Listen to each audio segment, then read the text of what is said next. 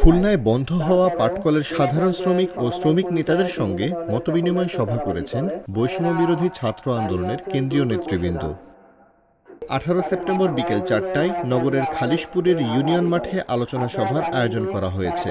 আপনাদের কাছে আমাদের দাবি, আপনারা ঢাকায় গিয়ে 5টা পাটকলের বিষয় উত্থাপন করবেন। আমরা আমাদের ন্যায্য পাওনা চাই। আমরা কোনো চুরি করি নাই, ডাকাতি করি নাই, শ্রমের পয়সা, কাজের পয়সা চাই।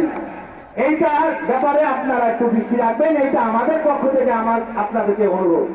আর পাটকলগুলো চালুর জন্য যা যা করণীয় তাই করবেন।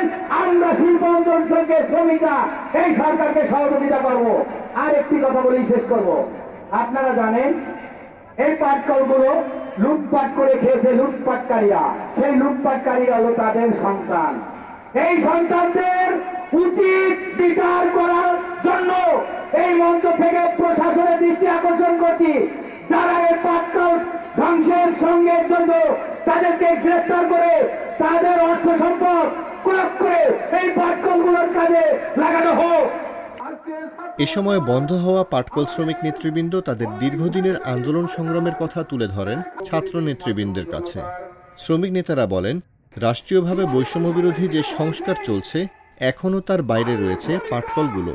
অনতিবিলম্বে পাটকলগুলো চালু করে চাকরিহারা বেকার শ্রমিকদের পুনর্বাসনের দাবি জানান শ্রমিক নেতারা। আমার কথা শুনে যাও। ওই পাটমন্ত্রী কুলাঙ্গার ওই ভারতকে খুশি করার জন্য, আন্তর্জাতিক মার্কেট ভারতকে দেওয়ার জন্য আমার দেশের 100% বৈদেশিক মুদ্রা অর্জনকারী প্রতিষ্ঠান বাংলার সুরাদি আজকে ধ্বংস করে দিয়ে ভারতের হাতে তুলে দিয়েছে। আমরা ওই পাটমন্ত্রী সহ এই জুটমির দ্বারা ধ্বংস করেছে, আমাকে বেকার করেছে।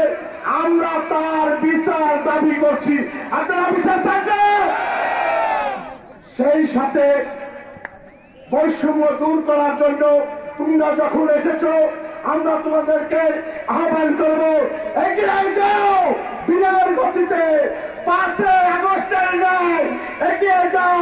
সোনালী আজকে রক্ষা করো, জাতীয় সম্পদকে রক্ষা করো। জাতির উপকার হবে, সমাজের মানুষ ফিরে পাবে শিল্প অঞ্চল। ঠিক কিনা বলে? এ সময় ঢাকা থেকে আসা বৈষম্য বিরোধী ছাত্র আন্দোলনের কেন্দ্রীয় সমন্বয়কেরা উপস্থিত শ্রমিকদের সঙ্গে তাদের দাবি দাওয়া নিয়ে কথা বলেন। আপনারা জানেন যে